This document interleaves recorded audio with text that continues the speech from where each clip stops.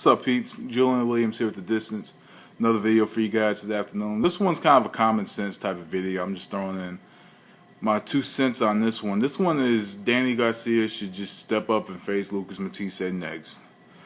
So, as we all know, the big fight, outside of Canelo and Floyd Mayweather, the second biggest fight that could be made, within those welterweight weight classes now, is Danny Garcia versus Lucas Matthysse. That one is for all the fans of pugilism. For both of them to unify the belts, against each other.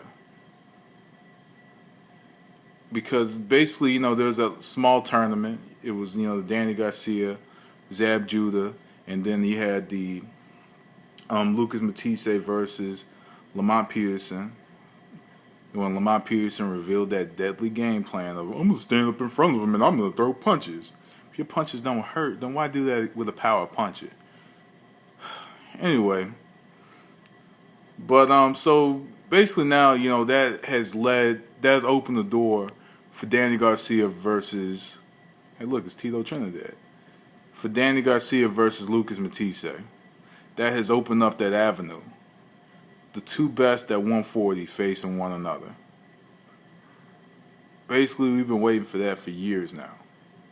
The best in that division facing each other, because all those guys who were at the top a couple years ago, Timothy Bradley, Devin Alexander, Amir Khan, all those guys are moving up, and we were really close to unifying that division, before Tim Bradley went and signed over the top rank when he was having the issue with Gary Shaw.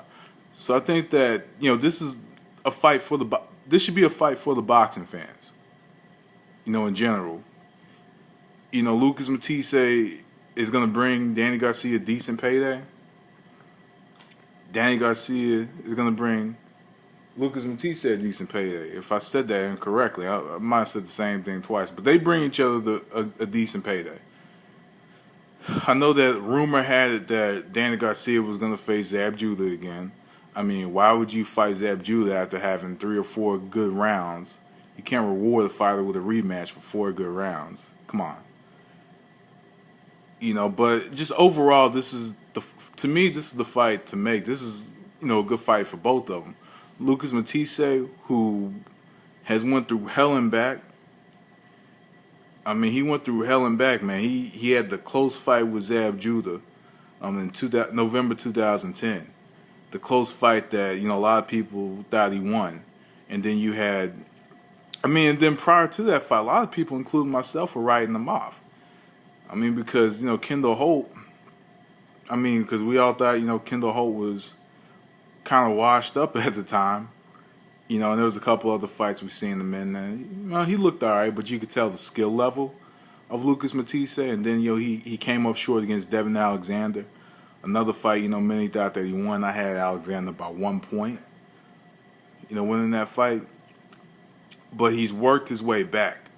He's worked his way back up. He won the WBC belt. He's in, he's in exciting fights against Humberto Soto. Another exciting fight. He just puts on good fights. But also, he doesn't abandon his skill set. He goes in, with the intention of using one of his gifts, which is what he does. He goes in and he wants to use what he does well, of course. And then you have Danny Garcia on the other side, a natural counterpuncher. You have a natural counterpuncher. He stopped Eric Morales. He beat him twice. I didn't understand the second fight, the rematch, and then he defeated Amir Khan, who. He was on the comeback trail too. He went in, he defeated Eric Morales, he defeated Amir Khan. He just defeated Zab Judah back in in April. Now, this is the real step up for him. This is the true test. And it makes you wonder what type of shit is Angel Garcia going to, gonna talk about this time. Because this is a dangerous fight. Not only for Danny Garcia, but for also Lucas Matthysse. This is a dangerous fight for both of them.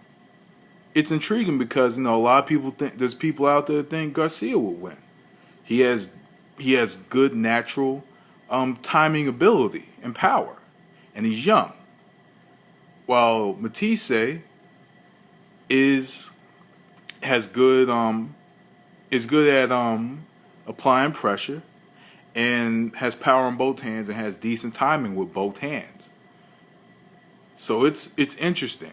It's intriguing. This is the fight we've been looking for years that we haven't gotten. This is the fight that we will know who the best at 140 is with this fight. We will know who the best is in that division.